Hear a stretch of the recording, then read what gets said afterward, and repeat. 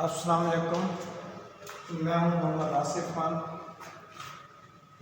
Subject ET 146 के अंदर chapter number 9 को हम कंटिन्यू कर रहे हैं।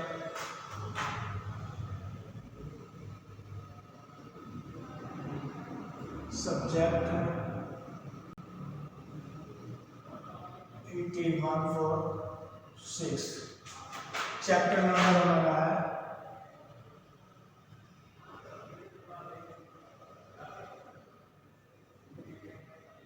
9।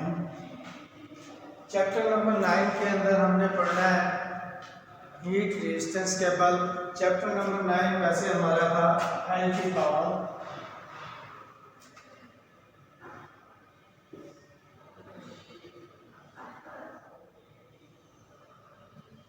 केबल्स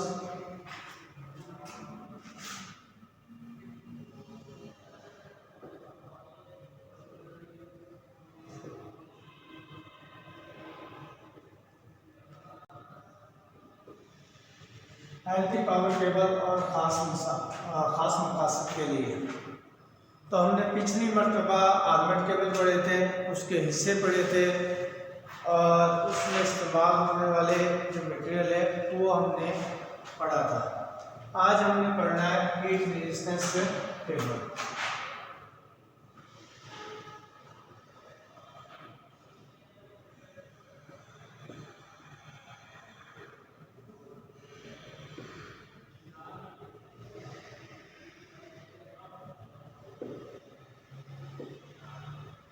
हीट रेजिस्टेंस केबल सबसे पहले इसकी तारीफ आ जाती है या सवाल आ जाता है। हीट रेजिस्टेंस केबल की तारीफ करें।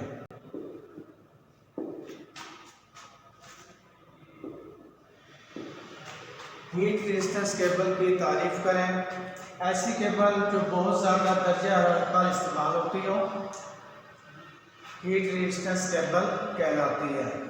या फिर ऐसी केबल जो हाई टेम्परेचर यानी 80 सेंटीग्रेड से 480 डिग्री तक इंतहाई दर्जा हरारत पर ख़राब हुए बगैर काम सर अंजाम देती हो हीट रेजिस्टेंस केबल कहलाती है। फिर दोबारा सुने हीट रेजिस्टेंस केबल की तारीफ। ऐसी केबल जो ज़्यादा से ज़्यादा टेम्परेचर पर बगैर ख़राब हुए काम सर अंजाम देती हो हीट रेजिस्टेंस केबल कहलाती है। या फिर दूसरी तारीफ ऐसी केबल जो 80 सेंटीग्रेड से लेकर और 480 सेंटीग्रेड तक बगैर ख़राब हुए काम सर अंजाम देती हो हीट रेजिस्टेंस केबल कहलाती है। फिर आ जाता है हीट रेजिस्टेंस केबल की वजाहत करें।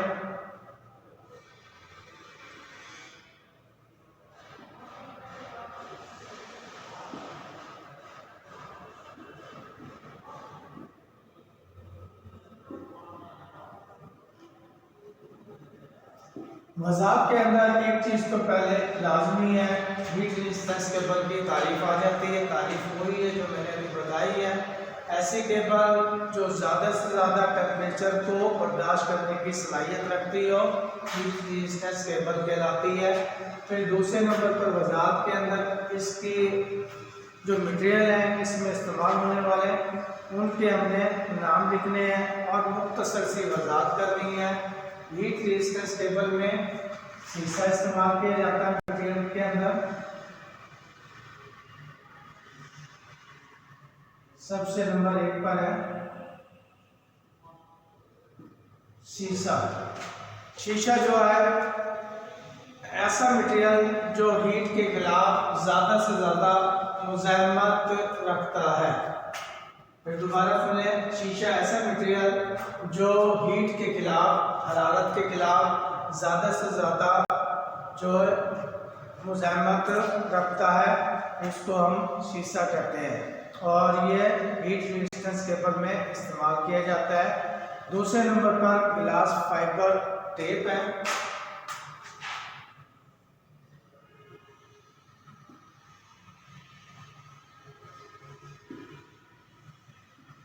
Fibre tape. गिलास फाइबर टेप को मिनरल ऑयल के अंदर भिगोकर इसके हीट रेजिस्टेंस के पोल के ऊपर लपेट दिया जाता है, जो कि हीट के खिलाफ ज़्यादा मुज़ाहमत रखता है। एक तो शीशा ज़्यादा मुज़ाहमत रखता है, दूसरा गिलास फाइबर की टेप जो है मिनरल ऑयल के अंदर भिगोकर ये इस्तेमाल की जाती है। यानी कि तीसरा जो हमारा इसका मटेरियल है वह है मिनरल ऑयल।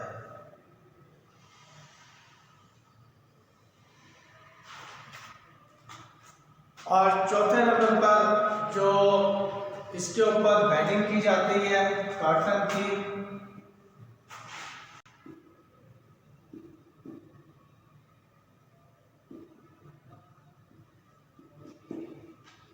कॉटन की बैडिंग से मुराद जो हम घरों के अंदर इस्त्री इस्तेमाल कर रहे हैं उसके अंदर एक टेप लपेटी जाती है जो पट्टी होती है कॉटन की, तो उसको हम कॉटन की बैडिंग कहते हैं। कॉटन के एंड पर कॉटन की बैडिंग यानी कि इस पर लपेट दी जाती है। तो ये ऐसे यानी कि केबल होती है जो ज़्यादातर हमारे घरों के अंदर इस्तेमाल होने वाली इस्त्री वगैरह इसमें इस्तेमाल की जाती है। तो ये अगर हमने इसकी मुकम्मल वजाहत करनी है तो फिर हम यूँ कर सकते हैं, ये केबल ख़ास मकासद वाली केबल में शुमार की जाती है। ये ऐसी केबल होती है जो बहुत ज़्यादा दर्जे हरारत पर इस्तेमाल होती है। शीशा चूँकि हरारत के ख़िलाफ़ बहुत ज़्यादा मुज़ाहमत रखता है, इसलिए इन केबल की इंसुलेशन में अक्सर शीशे को इस्तेमाल किया जाता है। इस मकसद के लिए गिलास फाइबर टेप को मिनरल ऑयल में भिगोकर केबल पर लपेट दिया जाता है। ये केबल 180 डिग्री तक सेंटीग्रेड दर्जे हरारत को बर्दाश्त कर सकती है, यानी कि इसकी जो बर्दाश्त है 180 सेंटीग्रेड तक ये टेम्परेचर को बर्दाश्त कर सकती है। तो इसके अंदर मज़ीद अगर वो कहता है कि इसके जो हीट रेजिस्टेंस केबल है इसके जो इस्तेमाल है वो लिख दें, तो ये इसके इस्तेमाल है कुकर के अंदर, हीटर के अंदर और माइक्रोवेव ओवन, इस्त्री वगैरह इसमें इस्तेमाल की जाती है। हीट रेजिस्टेंस केबल का इस्तेमाल कहाँ पर है? इस्त्री, हीटर, माइक्रोवेव ओवन और ऐसे बर्क़ी आलात जो इलेक्ट्रिकल एनर्जी को हीट एनर्जी में तब्दील करती हों, ये केबल वहाँ पर इस्तेमाल की जाती है। तो ये इसके इतना इस्तेमाल भी आ गई है, तारीफ भी आ गई है। इसके जो अगला जो हमारा टॉपिक है वो अगली जो केबल है वो है बोटाई रबड़ इंसुलेटेड केबल की वजाहत करें।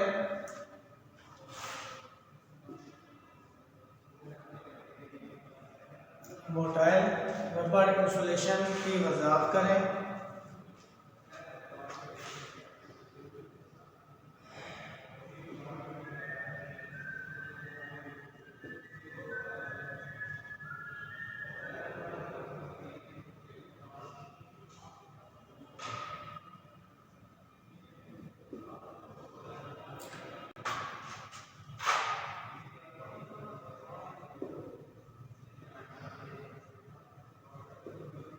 Motile rubber insulated cable. Motile rubber insulated cable क्या चीज़ है? इन केबलों को हाई टेम्परेचर 85 सेंटीग्रेड तक इस्तेमाल किया जाता है। ये केबल ज़्यादातर पेंडेंट लाइट फंक्शंस में और फ्लेक्सिबल कार्ड के तौर पर और नंगे कंडक्टर और बस बार की तरफ जाने वाले केबल्स के तौर पर इस्तेमाल की जाती है।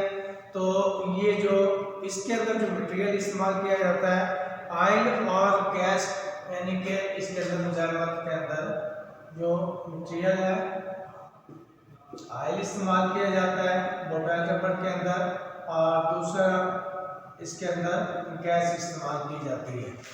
और बाकी पीवीसी वगैरह तो इस्तेमाल इसके अंदर वैसे भी होती है, हर केबल के अंदर पीवीसी इस्तेमाल की जाती है। तीसरे नंबर पर है silicone rubber insulated cable. Silicone rubber insulated cable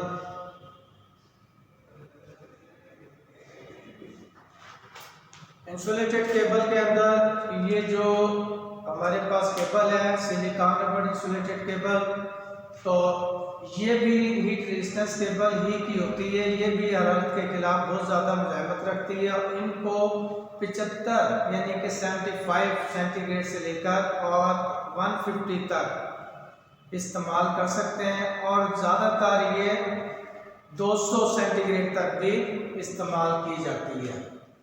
कौन सी है ये हमारी सिलिकॉन रबर इंसुलेटेड केबल। फिर दोबारा सुन लें, ये ऐसी केबल होती है जो 75 सेंटीग्रेड से लेकर और 150 तक ये इस्तेमाल कर सकते हैं। ये कम से कम इसकी यानी कि कैपेसिटी है और ज़्यादा से ज़्यादा कैपेसिटी वो कहते हैं 200 सेंटीग्रेड तक भी हम इसको इस्तेमाल कर सकते हैं। तीसरा जो सवाल है, इससे अगला सवाल, फायर रेजिस्टेंस केबल और फायर रिटार्डिंग केबल्स की वजाहत करें। तो इसके अंदर फायर रेजिस्टेंस केबल के अंदर फायर रेजिस्टेंस केबल को फायर वाटरप्रूफ केबल भी कहते हैं या फायर प्रूफ केबल भी कहते हैं।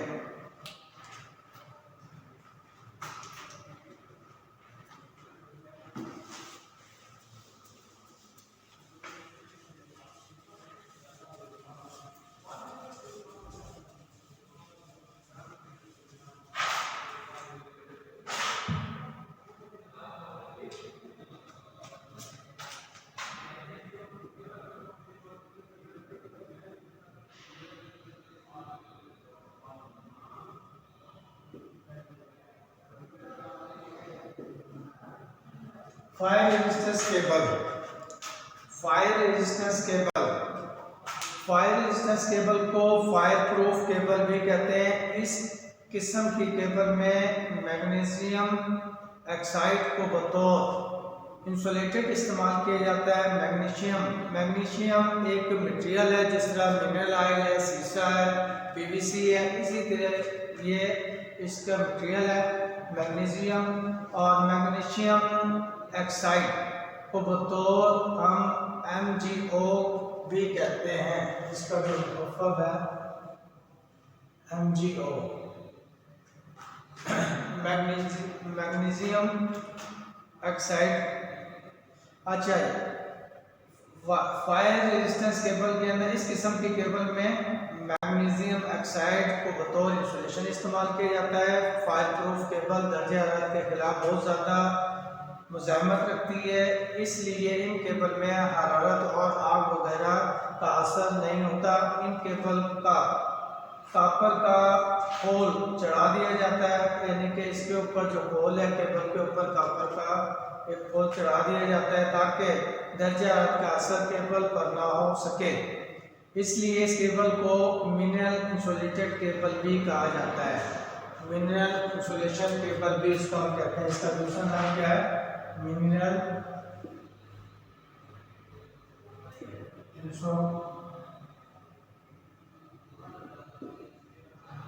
इंसुलेशन केबल भी इसको हम कहते हैं।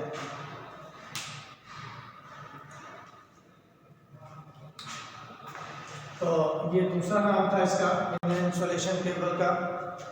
अक्सर वो पूछ लेता है इसकी बनावट कैसी होगी। फायर रेजिस्टेंस या फायर प्रूफ केबल को तैयार करने के लिए तांबे के कंडक्टर को कॉपर की शीट में रखा जाता है और खाली जगह में मैग्नीशियम ऑक्साइड हाई प्रेशर से भर दिया जाता है, यानी कि गैस की तरह प्रेशर होता है। इस तरह ये केबल हर तरह के हरारत और आग वगैरह से महफूज हो जाती है।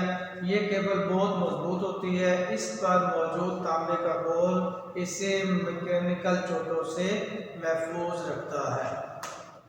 तो अक्सर इसके सवाल के अंदर आ जाता है फायर रेजिस्टेंस केबल या फायर प्रूफ केबल के कोई से 4 फायदे बयान करें। नंबर 1 फायदा, इसके अंदर जो फायदा है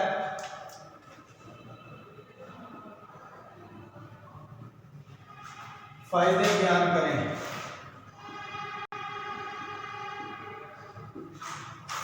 इसके फायर इंसुलेशन के तो ये केबल नमी, भाप और तेज़ाब वगैरह से महफूज होती है। ये हरारत के खिलाफ बहुत ज़्यादा मुज़ाहमत रखती है। ये केबल चूँकि फायर प्रूफ है, इसलिए इस केबल में आग का असर नहीं होता। ये केबल चोट और हादसात वगैरह से जल्द खराब नहीं होती। इसके नुकसान क्या है? नुकसान के अंदर इस केबल के साथ जोड़ और फिंगर्स की मिनरल इंसुलेशन इस्तेमाल करनी पड़ती है। माहिर कारीगर की ज़रूरत होती है। ये नुकसान है। और इस्तेमाल का है, ये केबल पेट्रोल और तेज़ाब के गोदामों में इस्तेमाल की जाती है। नमी और भाप वाली जगह पर इस्तेमाल करते हैं। ये केबल बॉयलर, कानों और तेज़ाबी असरात वाली जगहों पर और धमाका खेज मवाद तैयार करने वाली जगहों पर इस्तेमाल की जाती है। कौन सी? Fire proof. तो ये केबलें यानी कि चैप्टर नंबर हमारा 9 था। इस केबल के अंदर फायर प्रूफ हमने केबल पढ़ी है, एलटी पावर के अंदर और इंसुलेशन केबल पढ़ी है। इंशाअल्लाह चैप्टर नंबर 9 में अगली जो केबल हमने पढ़नी है वेल्डिंग केबल है।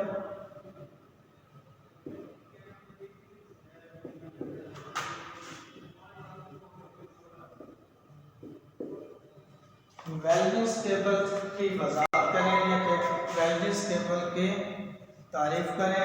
ऐसी केबल जो वेल्डिंग प्लांट में इस्तेमाल की जाती है और वेल्डिंग केबल कहलाती है। तो वेल्डिंग केबल की जो तारीफ है,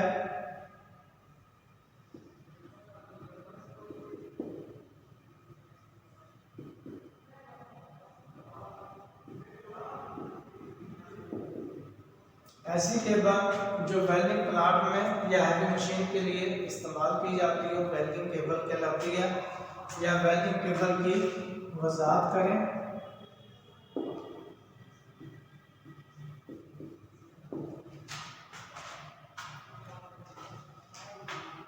इलेक्ट्रिक वेल्डिंग में इस्तेमाल होने वाली केबल को वेल्डिंग केबल कहा जाता है। ये इसकी तारीफ थी। ये केबल वेल्डिंग इलेक्ट्रोड और वेल्डिंग ट्रांसफार्मर को बिजली की सप्लाई फराहम करने के लिए इस्तेमाल की जाती है। इलेक्ट्रिक वेल्डिंग के लिए कम वोल्टेज और ज़्यादा करंट की ज़रूरत होती है, इसलिए ज़्यादा करंट कैपेसिटी वाली केबल को इस्तेमाल किया जाता है। इन केबल का मुतल्लिका वोल्टेज पर करंट गुजारने की अहलियत बहुत ज़्यादा होती है। वेल्डिंग के लिए एसी और डीसी दोनों किस्म की सप्लाई इस्तेमाल की जाती है। डीसी सूरत में इलेक्ट्रिक वेल्डिंग के लिए 50 से 80 वोल्ट दरकार होते हैं, जबकि एसी की सूरत में 80 से 100 वोल्ट दरकार होते हैं। जबकि वेल्डिंग करंट 50 से 500 एम्पीयर के दरमियान होती है। याद रहे कि करंट के मकदार हर धात के लिए मुख्तलिफ होती है, यानी कि अगर कॉपर की होगी तो उसकी करंट की मकदार कुछ और होगी, कुछ और वैल्यू की होगी। अगर सिल्वर की या एल्युमिनियम की होगी उसकी करंट की जो वैल्यू है वो कुछ और होगी। तो इसके अंदर वो कहता है मजीद, यानी कि वेल्डिंग इलेक्ट्रोड के साथ इस्तेमाल होने वाली केबल फ्लेक्सिबल होती है। ये बहुत ज़्यादा करंट गुजरने की सलाहियत रखती है। इन केबल पर पीवीसी या टफ रबड़ की इंसुलेशन चढ़ाई जाती है। इन केबल की लंबाई किसी भी सूरत 30 मीटर से ज़्यादा नहीं होनी चाहिए।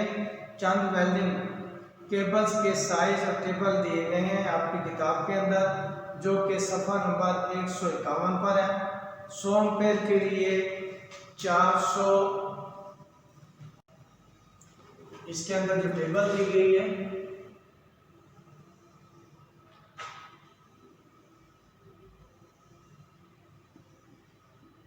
एम्पीयर के लिए जो केबल का साइज है वो है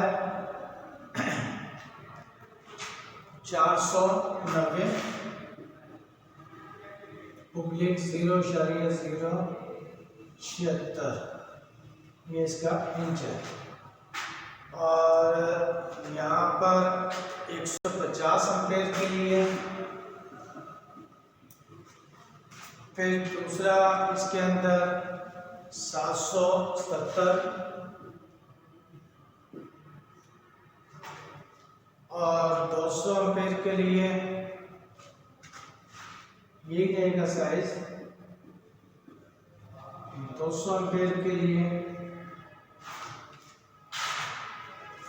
200 बल्कि 250 एम्पीयर के लिए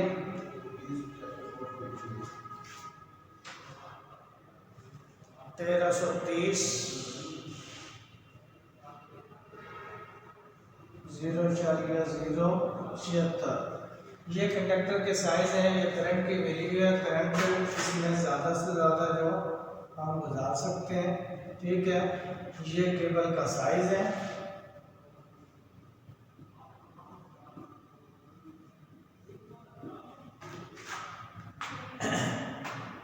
उसके अलावा 400 और 600 एम्पीयर के लिए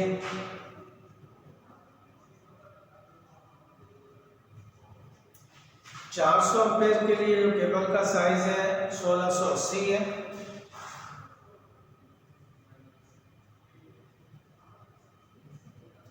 और 600 एम्पीयर के लिए जो केबल का साइज है 2200।